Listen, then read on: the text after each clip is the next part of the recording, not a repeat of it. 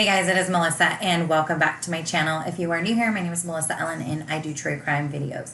My focus is mostly on missing persons, unsolved cases, and we do talk about like strange and whatever. We talk about a lot of stuff here. So if you're mostly into true crime and missing persons, make sure you hit subscribe down below. And today we're going to talk about a missing person that's going on right now by the name of Amanda Custer.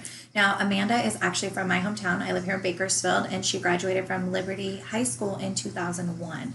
So she was 31 years old and she had moved to the LA area in the last couple of years. So that's where she was living. This took place in LA, but she's from Bakersfield and it keeps coming across my newsfeed. And unfortunately, she hasn't been found. And it's eerie because we know the boyfriend did something to her. There was a long history of domestic violence. There was a restraining order in place. It's a nightmare of a mess.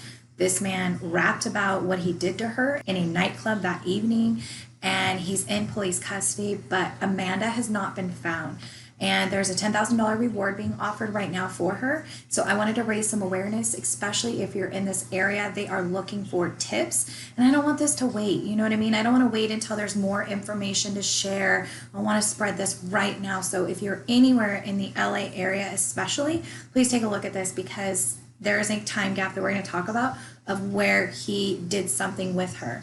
And of course, there's always the hope that she's not deceased and she's out there and she could be found. And if nothing else, her body can be found to be returned to her family. And that's the truth. And that's what the family is hoping to raise awareness to just get answers on where is she. So thank you guys so much again for watching. And as always, this is an ever evolving case. This is just the information I found online. It is subject to change. It's not always exact fact. But this is what there is now. If you see more, please feel free to leave a comment. And I want to let you guys know, if you want to reach me directly, the best way to reach me is on Instagram. The notifications always come through. They don't quite get filtered as much as anything else.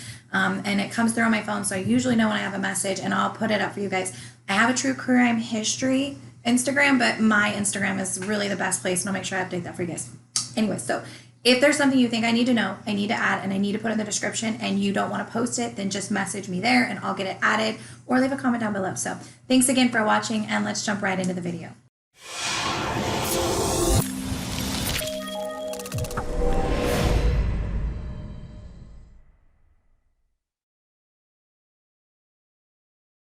Okay, so I have this all typed up, and normally I spend a lot longer like kind of making a script to try to do my best to present the information.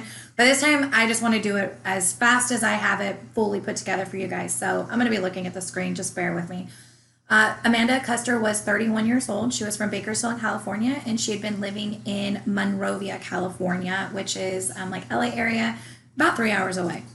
And there, on July 29th of 2019 at 8 in the morning, police received a phone call from the parents of Robert Camou, who stated that inside of their home there appeared to be some sort of an altercation. They found blood in the bedroom, and their son was not home, nor was his girlfriend that he had been involved with, Amanda Custer.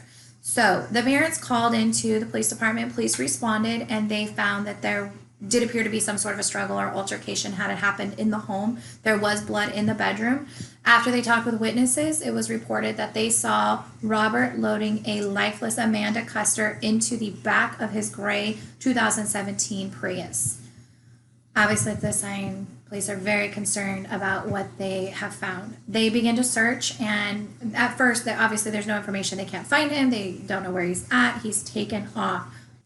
The following morning, his vehicle was spotted, and there was a 5-hour standoff with police, and police actually eventually deployed tear gas into his car to make him get out.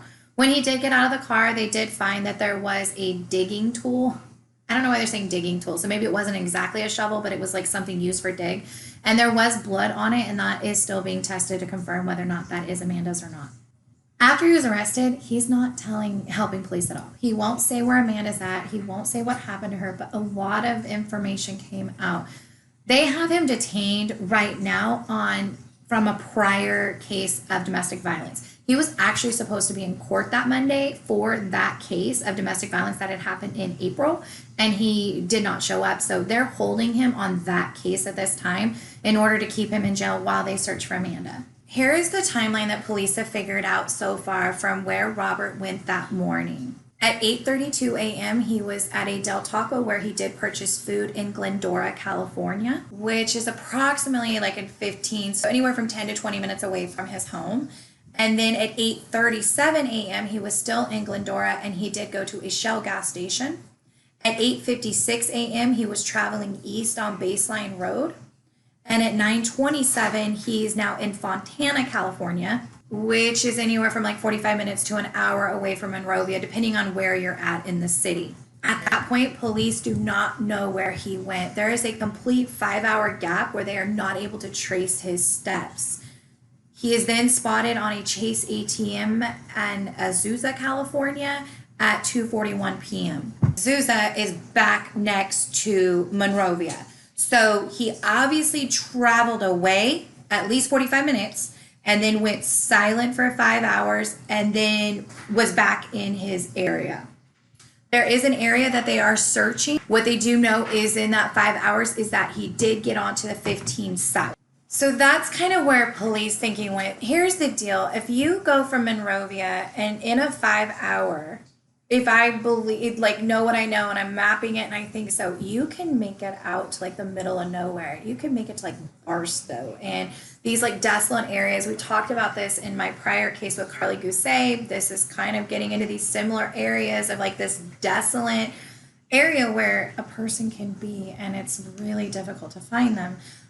They're specifically looking at an area called Little Creek and Mount Baldy. I'm not familiar with those areas personally, but I believe there's got to be a reason why they're looking there. I don't know if there's another ping they're not mentioning. If he's familiar with that area, I'm guessing that's what it is. It's just kind of up there. Now, her father is Rick Custer, and I went back and I looked at her Facebook, which is, there's a public post, and she mentioned in March of this year, it probably had to go with everything that was going on in her life. And if I can't even tell you how much I understand this, like, I get it. In March of this year, her parents actually had at some point in time moved to Idaho, I believe it was. I'll change it if I'm wrong. And she did have an 8-year-old son, and her 8-year-old son was actually staying with her parents at this time. She was seeing him, and there's a post, and you can just tell that like she's trying to figure out her life. She's trying to get things fixed. And I didn't find anything that said that like she was all struggled and had issues or anything like that. That's not my business. I mean, poor her. I mean, this is just a sad situation. But I didn't just so, because people always wonder. We're curious cats. Like, we want to know what's up. It doesn't appear, from what I found, that she had like drug issues or anything like that. It appears by all accounts she was in a horrible abusive relationship, and that she was trying to figure out her life and trying to get out of it. And do me a favor, out of anything in this world, do not come at my video with anything about why women don't leave, okay? If you've ever watched anything I've ever done in the past, you know that I'm not okay with it. I was in a very horrible relationship for a very long time. I still deal with stuff. People always think a restraining order is helpful. Not always. It's really not. It's a piece of paper. People don't understand, well, then why does it appear that she was with him even though there was a restraining order and he was abusive? You don't know until you know, okay? And it's just a complicated situation. Why would she let her son go live somewhere else? Because you don't know until you know, okay? I get it, and I'm just so sorry that after everything she's been through that this appears to be how her story ends, and that's not okay. I'm going to go off on a tangent, sorry. So I'm going to let that be right there at that. I please, no comments. I will literally just block. Like, I can't deal with it right now. I just can't. There's too much going on in my life. So I just need you guys to understand that I don't know why this was happening to her, and it's not fair, but she was obviously being abused, and this man wasn't going to let her get away, and he has done something to her. And the worst thing that can happen right now is that her family doesn't get her home to them. It's hard enough that her 8-year-old son is, I have a 9-year-old son. I can't even imagine how heartbroken he is looking for his mother. So do me a favor, guys, just spread her picture. There is a $10,000 reward. Sorry to go off on a tangent on you guys. Just bear with me. So after he was arrested and police started to, release information looking for her, there was a recording done the night that Amanda disappeared.